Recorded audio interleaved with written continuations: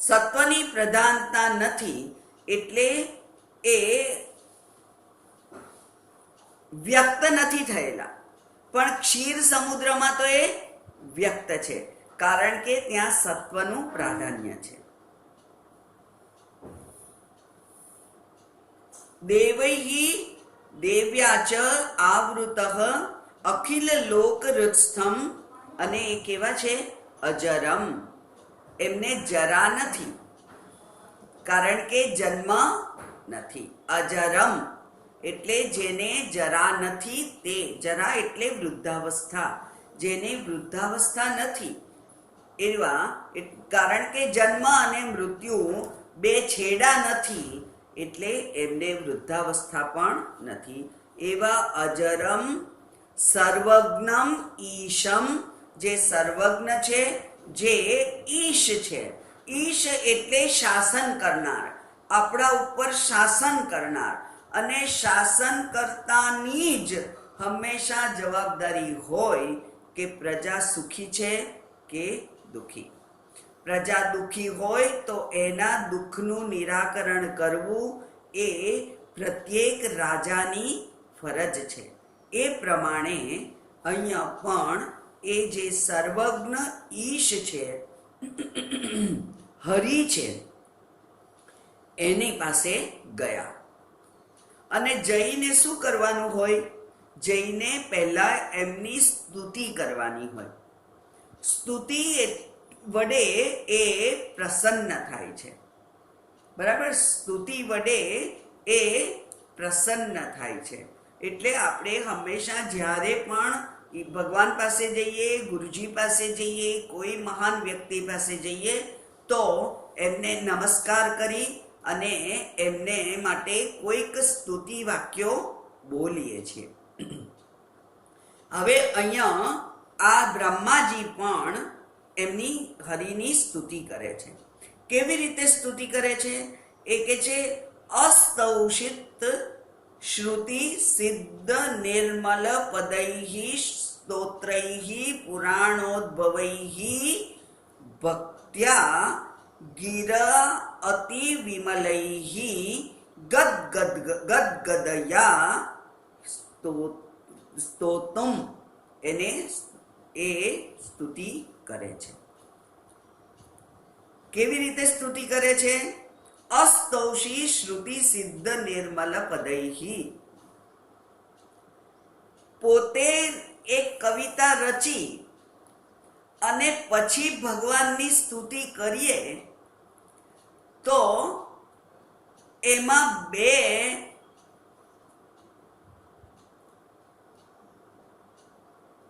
એની બે મર્યાદા છે. એની બે મર્યાદા છે. મેં સ્વરચિત, એવું લોકો કહેતા હોય છે ને, સ્વરચિત પદથી મેં ભગવાનની સ્તુતિ કરી. તો બે મર્યાદાઓ છે એમાં. સ્વરચિત હોય એટલે પોતે જે શબ્દોની રચના કરી છે ભગવાનના પ્રશંસા માટે, સ્તુતિ માટે, એનો આપણને અહંકાર હોય. અહંકાર હોય ને, હા ભગવાન માટે મેં કેવો સરસ શબ્દ વાપર્યો, એટલે ભગવાનની સ્તુતિ સેકન્ડરી બની જાય અને અહંકાર પ્રાઇમરી થાય. આપણો અહંકાર સંતોષાય કે મેં ભગવાન માટે કેવો સુંદર શબ્દો નો વિચાર કર્યો છે કે જેથી ભગવાન પ્રસન્ન થશે. એટલે ભગવાન તો પ્રસન્ન થાય, પણ આપણો અહંકાર પણ પુષ્ટ થાય. આ એક મર્યાદા એની. બીજી મર્યાદા, આપણે જ્યારે પણ ભગવાનનું માનસિક પૂજન કરતા હોઈએ ત્યારે આપણા જે વાસનાઓ હોય એ પ્રમાણે ભગવાનની આકૃતિની કલ્પના કરીએ. દાખલા તરીકે પેલો કૃષ્ણ હોય એ આપણા નજર સામે આવે તો એ કૃષ્ણ કેવો આપણી નજર સામે આવે? જેવો નાનકડો બાળક સુંદર આપણને ગમતો હોય એવો એ આપણા નજર સામે ઉત્પન્ન થાય. એટલે કે એના સરસ ગૂંચળા ગૂંચળા ઘૂંઘરિયા વાળ હોય, એની સુંદર મોટી ભાવવાહી પ્રેમ ભરેલી એવી આંખો હોય, એણે સુંદર ઘરેણાં પહેર્યા હોય અને એ અતિ સુંદર દેખાતો હોય. આવું જ આપણી કલ્પનામાં આવે. જે જે પદાર્થો આપણી વાસના પ્રમાણે આપણે જેને મહત્વ આપતા હોઈએ એ તે વસ્તુઓ આપણને એ ભગવાનની આકૃતિ ઉપર દેખાય.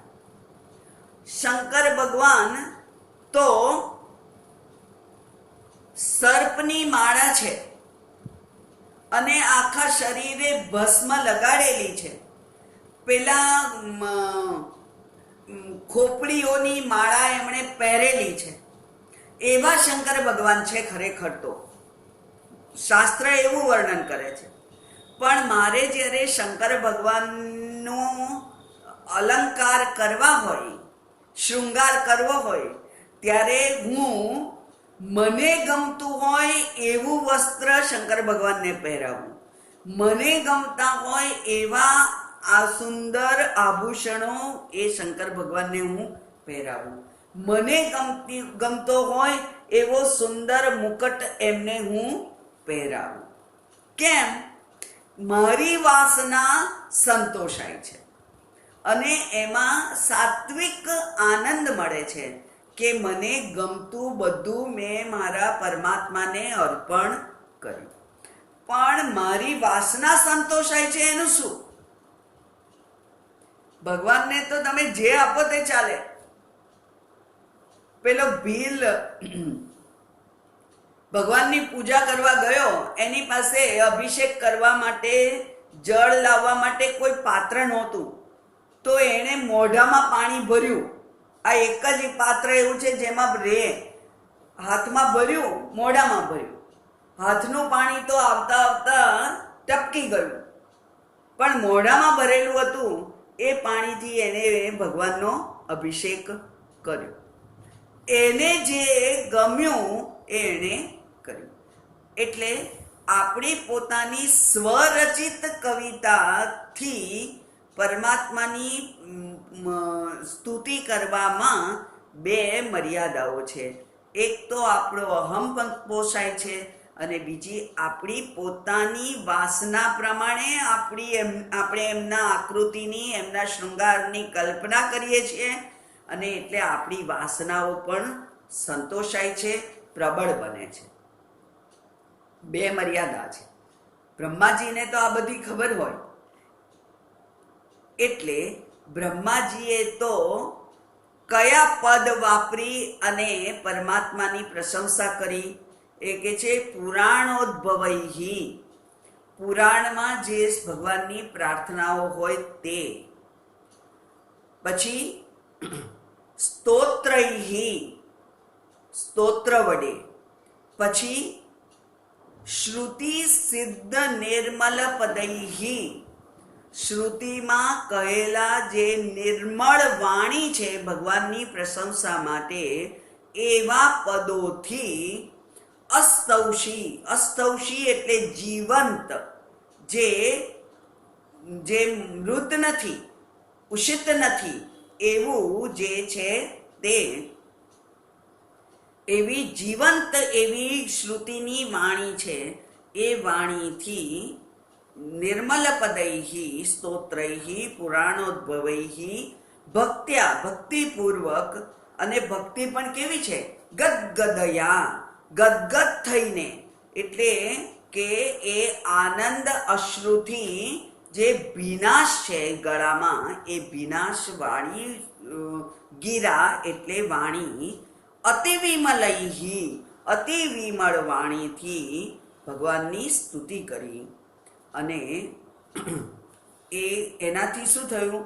આનંદ બાષ્પૈવૃતઃ, અને એ પોતે આનંદ જે છે એનાથી જાણે આવૃત્ત થઈ ગયા, આનંદાશ્રુઓથી એ આવૃત્ત થઈ ગયા, પરિપ્લુપ્ત થયા, એવું લખેલું છે અહીંયા. આપણે હવે આ હિન્દી ભાષાંતર પણ વાંચીએ. આટલું સમજ્યા પછી તત્પશ્ચાત વહાં સે, ત્યાંથી સમસ્ત દેવતાઓ સહિત શ્રી બ્રહ્માજી પૃથ્વીની સાથે ક્ષીર સમુદ્રના તટ ઉપર ગયા અને ત્યાં તેમણે અત્યંત નિર્મળ આનંદ આશ્રુઓથી પરિપ્લુપ્ત એવી અખિલ લોકાંતર્યામી અજર સર્વજ્ઞ ભગવાન હરિ કી અતિ નિર્મળ ભક્તિયુક્ત ગદગદ વાણીથી શ્રુતિ સિદ્ધ વિમલ પદથી અને પુરાણોક્ત સ્તોત્ર વડે સ્તુતિ કરી. બરાબર. આગળ જોઈએ. તત સ્ફુરત સહસ્રાંશુ સહસ્ર સદૃશ પ્રભઃ આવિરાસીદ ખરી પ્રાચ્યામ દિશામ વ્યપનયંસ્તમઃ.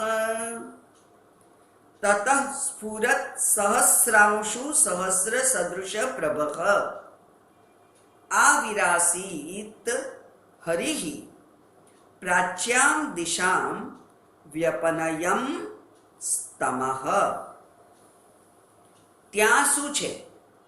ત્યારે સહસ્ર સૂર્ય, સહસ્ર અંશુ, અંશુમાન એટલે સૂર્ય અને અંશુ એટલે કિરણ, સહસ્ર કિરણોથી જે સહસ્ર દેદીપ્યમાન સૂર્યના જેવું પ્રભઃ, પ્રભાવશાળી એટલે કે જે દેદીપ્યમાન, બહુ ચમકતું એવું, એવા ત્યાં હરિ હતા. અને એ હરિ એ ક્યાં છે? એ કે છે પ્રાચ્યામ દિશામ, પૂર્વ દિશા. પ્રાચ્યામ દિશામ એટલે પૂર્વ દિશા. પણ પૂર્વ દિશા એટલે અહીંયા પૂર્વ દિશાનો અર્થ થાય પોતાની સમક્ષ. કારણ કે આપણે ગયા હોઈએ ભગવાન પાસે, તો ભગવાન ક્યાં હોય? આપણી નજરની સામે. એવી રીતે પ્રાચ્યામ દિશામ એટલે જે આપણા આંખની સામે છે એવા વ્યપનયમ સ્તમઃ, એ તમઃ, તમઃ એટલે અંધકાર, અંધકારને દૂર કરતા એવા પોતે પૂર્વ દિશામાં પ્રગટ થયા.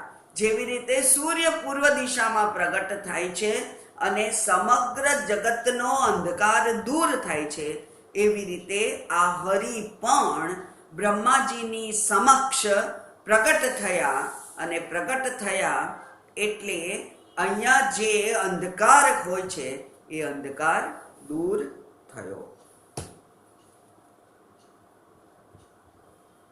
સહસ્ર દેદીપ્યમાન સૂર્યોની જેમ પ્રભાશાળી ભગવાન હરિ પોતાના તેજથી બધી દિશાઓના અંધકારને દૂર કરતા પૂર્વ દિશામાં એટલે કે એમની સમક્ષ પ્રગટ થયા.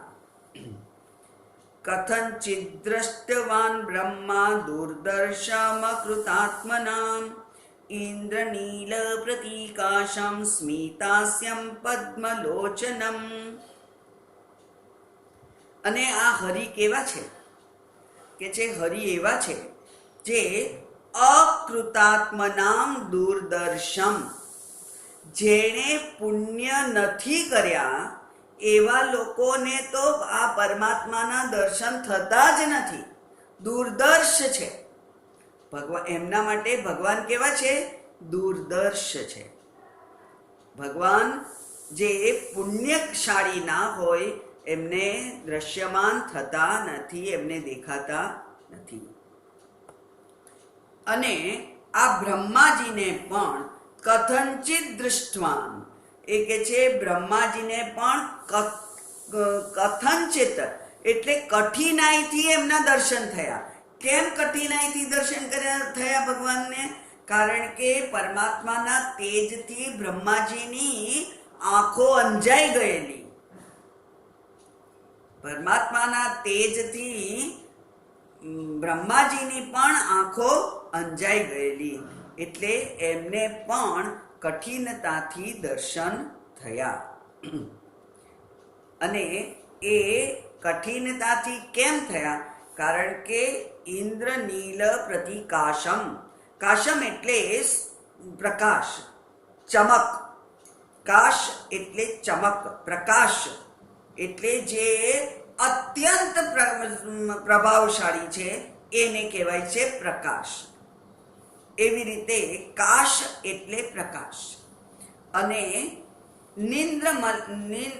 ઇન્દ્રનીલ પ્રતિકાશમ, ઇન્દ્રનીલના જેવો એટલે કે ઇન્દ્રમણિ જેવો. મણિ, ઇન્દ્રનીલ એટલે ભૂરા કલરના મણિનો જેવો પ્રકાશ હોય એવો પ્રકાશ વાળા જે ભગવાન હતા તે ઇન્દ્રનીલ મણિના જેવો એમનું જે તેજોમય વર્ણ હતો, અને સ્મિત અને મધુર સ્મિત અને પદ્મલોચનમ અને પદ્માક્ષ કહેવીએ છીએ આપણે જે તે, એટલે કે સૂર્યના કમળ પત્ર જેવી જેની આંખો છે એવા પરમાત્મા એમની સમક્ષ વ્યક્ત થયા. હવે પરમાત્માના આભૂષણોનું વર્ણન છે. કિરીટહાર કેયુરકુંડલૈઃ,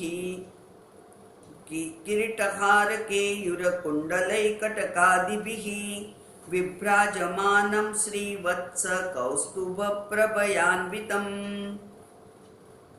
કિરીટ, કિરીટ એટલે મુકુટ. હાર, હાર. કેયુર એટલે બાજુબંધ. કુંડલૈહી કુંડળ.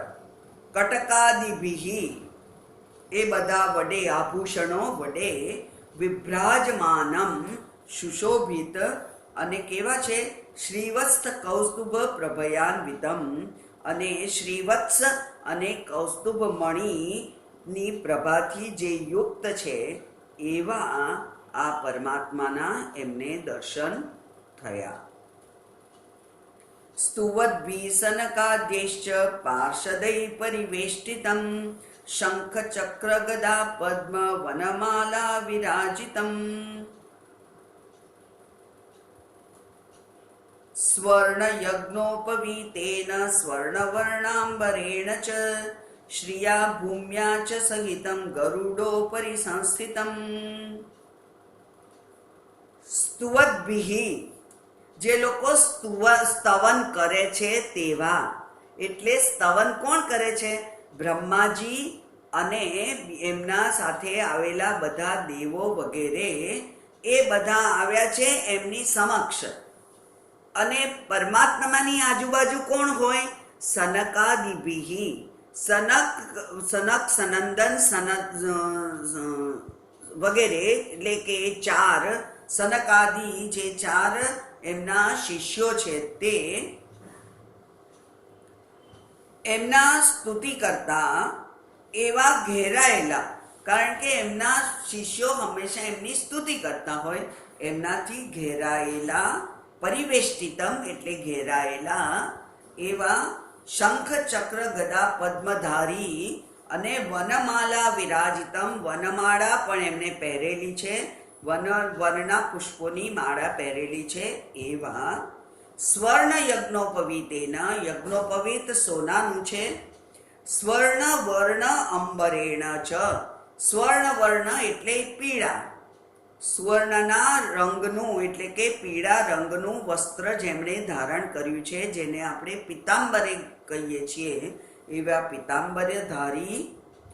શ્રિયા ભૂમ્યા ચ સહિતમ, શ્રી, શ્રિયા એટલે લક્ષ્મીજી, શ્રીદેવી લક્ષ્મીજી, અને ભૂમ્યા એટલે ભૂદેવી, એ બંનેથી જે એ બંનેની સાથે જે ગરુડોપરી સંસ્થિતમ, ગરુડ ઉપર જે સ્થિતિ જેમની છે, આસન જેમનું છે એવા. આ ગરુડ એટલે પક્ષી, અને પક્ષીને પાંખો હોય. વેદમાં પણ એટલે કે ઉપનિષદોમાં પણ આ વેદના જે શબ્દો છે એમને પક્ષીની ઉપમા આપવામાં આવે છે. પક્ષીની તૈતરીય ઉપનિષદમાં પણ પક્ષીની ઉપમા છે, મુંડકોપનિષદમાં પણ પક્ષીની ઉપમા છે, કઠોપનિષદમાં પણ પક્ષીનું વર્ણન છે. એટલે પક્ષી એ વેદના શબ્દો છે. એટલે ગરુડજી એ જ્ઞાન મૂર્તિ છે, અને એ ગરુડજી ઉપર આરૂઢિત જે ભગવાન છે, એટલે કે વેદના શબ્દો ઉપર આરૂઢિત જે જ્ઞાન છે, એ જ્ઞાનરૂપ પરમાત્મા કેવી રીતે આપણા પર અનુગ્રહ કરે છે? વેદના શબ્દો આપણા કર્ણ છિદ્રમાંથી અંદર જઈ અને હૃદયમાં એ સ્થાન ગ્રહણ કરે છે. એટલે કે જ્ઞાન ક્યાં હોય છે? હૃદયમાં, બુદ્ધિમાં. જ્ઞાન છે એ આપણી બુદ્ધિમાં સ્થિત થાય છે. પણ એ જાય છે કેવી રીતે? શબ્દો દ્વારા. શબ્દો શું છે? શબ્દો ઉડીને આપણા કર્ણદ્વારમાં પ્રવેશે છે. અને એ શબ્દો ઉડે છે કેવી રીતે? ગુરુના મુખમાંથી એ નીકળે છે. ગુરુના મુખમાંથી જે નીકળે છે એ શબ્દોની ખરેખર જગ્યા એ ક્યાં છે? સ્થાન ક્યાં છે? વેદમાં. એટલે વેદના શબ્દોને પક્ષીની ઉપમા આપવામાં આવે છે, અને એ પક્ષી ઉડતું ઉડતું આપણા કર્ણછિદ્રમાં થઈ અને એને જે જ્ઞાન આપવાનું છે એ આપણી બુદ્ધિમાં સ્થિર થાય છે. એટલે જેવી રીતે નારાયણ પૂજ્ય છે, એવી રીતે ગરુડજી પણ પૂજ્ય છે, વેદ પણ પૂજ્ય છે. કારણ કે વેદના શબ્દો દ્વારા આપણું જે આ બ્રહ્મ વિદ્યા છે એની આપણે પ્રાપ્તિ કરી શકીએ છીએ. એટલે અહીંયા કહ્યું ગરુડોપરી સંસ્થિતમ, જેમનું સ્થિતિ જે સારી રીતે બેઠેલા છે ગરુડજીની ઉપર, એ ગરુડજી ઉપર સંસ્થિતમ એવા જે શ્રી હરિ છે એ ત્યાં પ્રગટ થયા. કેવી રીતે પ્રગટ થયા?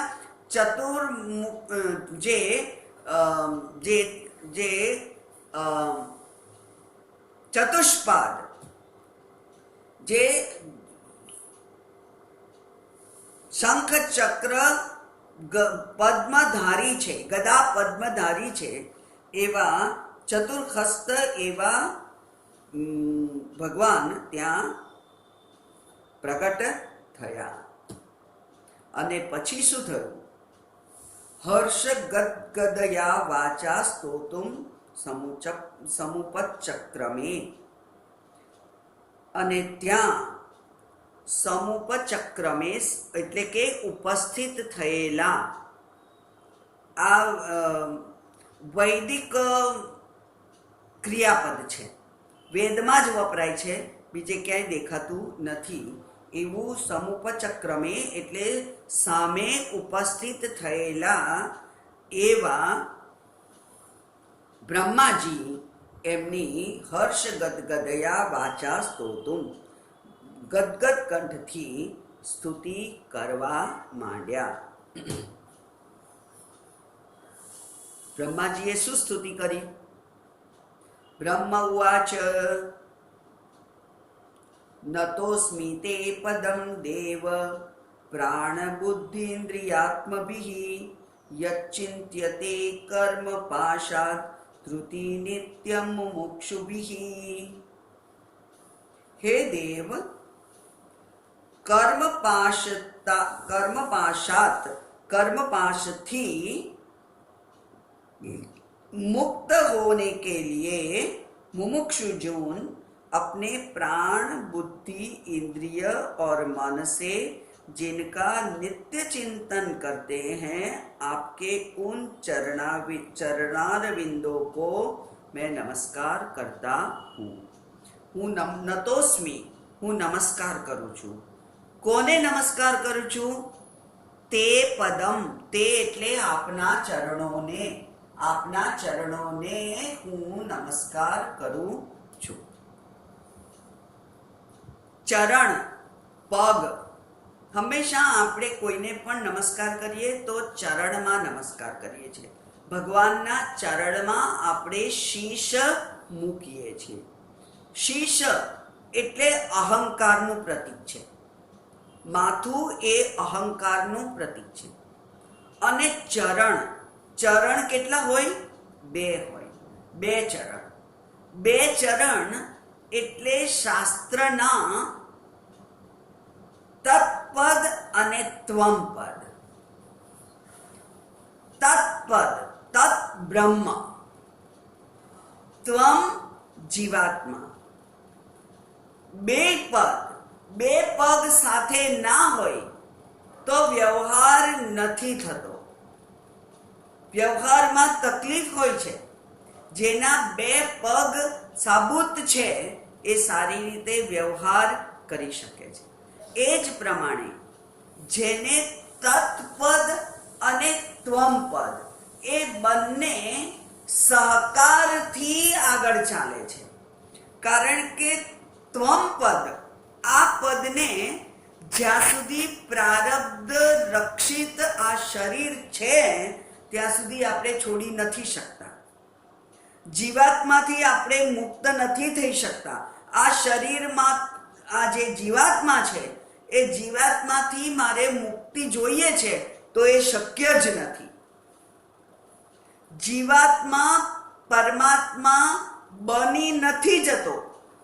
જ્યાં સુધી આ શરીર સાથે તાદાત્મ્ય છે ત્યાં સુધી આ જીવાત્મા પરમાત્મા બની જતો નથી. એ જીવાત્મા જીવાત્મા જ રહે છે. પરમાત્મા પરમાત્મા જ રહે છે. પણ મારી બુદ્ધિથી જો હું અહંકાર નમાવી દઉં તો જીવાત્મપણું હું પરમાત્માના ચરણોમાં છોડી દઉં છું. જીવાત્માપણાનો હું બુદ્ધિથી ત્યાગ કરી શકું. જેવી રીતે પેલા મોરું પહેરેલું હોય બાળકે વાઘનું અને આપણને ગભરાવતો હોય તો મોરાનો આપણે બુદ્ધિથી ત્યાગ કરી અને એ બાળકને આપણે બાથમાં લઈ અને વહાલ કરીએ કે કેવું ગભરાયું મને તે. બરાબર? પણ એ બાળકને આપણે મોરું ખેંચી નથી કાઢતા. મોરા સહિત બુદ્ધિથી મોરું કાઢી નાખીએ છીએ. અને પછી આ તો મારો પૌત્ર છે, પૌત્રી છે એમ જાણી અને પછી એને વળગીએ છીએ. એ જ પ્રમાણે આ જીવાત્મા છે એ જીવાત્માને આપણે બુદ્ધિથી દૂર કરી દઈએ છીએ. અને કેવી રીતે દૂર કરીએ છીએ? ભગવાનના ચરણોમાં મસ્તક મૂકીને. અહંકાર નિશેષ થઈ જાય ત્યારે જ એ જીવાત્મા અને પરમાત્માનું ઐક્ય થાય છે. આપણે પણ પેલા બાળકની સામે આપણું વડીલપણું મૂકી દઈએ છીએ કે નહીં? આપણું વડીલપણું મૂકી દઈએ છીએ આપણે બાળક સામે. અને તો જ એની સાથે જે એકાત્મતા અનુભવીએ ત્યારે એને અને આપણને બંનેને અનન્ય આનંદ થાય છે. એક ક્ષણ માટે જે આનંદ થાય છે એ આનંદમાં વચ્ચે જગતની કોઈ વસ્તુ આવતી નથી. પણ એ ક્યારે બને? જ્યારે ચરણારવિંદમાં એટલે ચરણ કમળમાં આપણે અહંકારનું બલિદાન આપીએ, મૂકી દઈએ ત્યારે. એટલે અહીંયા પણ બસ આટલું જ સમજવાનું છે કે નતોસ્મિ તે પદમ, આપના બંને જે પદ છે એને હું નમસ્કાર કરું છું. કેવી રીતે? પ્રાણ બુદ્ધિ ઇન્દ્રિય આત્મભિહિ, બધા વડે બધું જ તમારા ચરણોમાં હું નમાવી દઉં છું. અને યત ચિંત્યન્તે નિત્યમ મુમુક્ષુભિ, જેનું મુમુક્ષુ નિત્ય ચિંતન કરે છે એવા આપના ચરણોમાં, એટલે કે આ તત્પદ અને ત્વમ પદમાં હું મારો અહંકાર, દેહાદિ સંઘાત સહિત અહંકાર હું નમાવું છું. અને આ જ્યારે નમાવીએ છીએ આપણે, એટલે કે આ અંદરનો જ્યારે રાવણ, એને આપણે ઇન્દ્રિયોને નમાવી દઈએ. ક્યારે નમાવીએ? એ નમાવીએ ત્યારે જ રામ પ્રગટ થાય છે. રાવણ નમે છે ત્યારે જ રામ પ્રગટ થાય છે. બરાબર? એટલે અહીંયા આપણે અહંકાર નમાવી, રાવણ વૃત્તિઓ જે છે, ઇન્દ્રિયોના જે ભોગ છે એ ભોગને આપણે છોડી અને જ્યારે તત્પદ અને ત્વમપદ રૂપી બે ચરણોમાં નમીએ ત્યારે જ આનંદની સ્થિતિ ઊભી થાય છે, મુક્તિની આશા ઊભી થાય છે. મુમુક્ષુને મુક્તિની આશા ત્યારે બંધાય છે. વિશેષ આવતા. ઓમ પૂર્ણમદ પૂર્ણમિદં પૂર્ણાત પૂર્ણમુદચ્યતે પૂર્ણસ્ય પૂર્ણમાદાય પૂર્ણમેવાવશિષ્યતે. ઓમ શાંતિ શાંતિ શાંતિ. હરિ ઓમ. શ્રી ગુરુભ્યો નમઃ. હરિ ઓમ.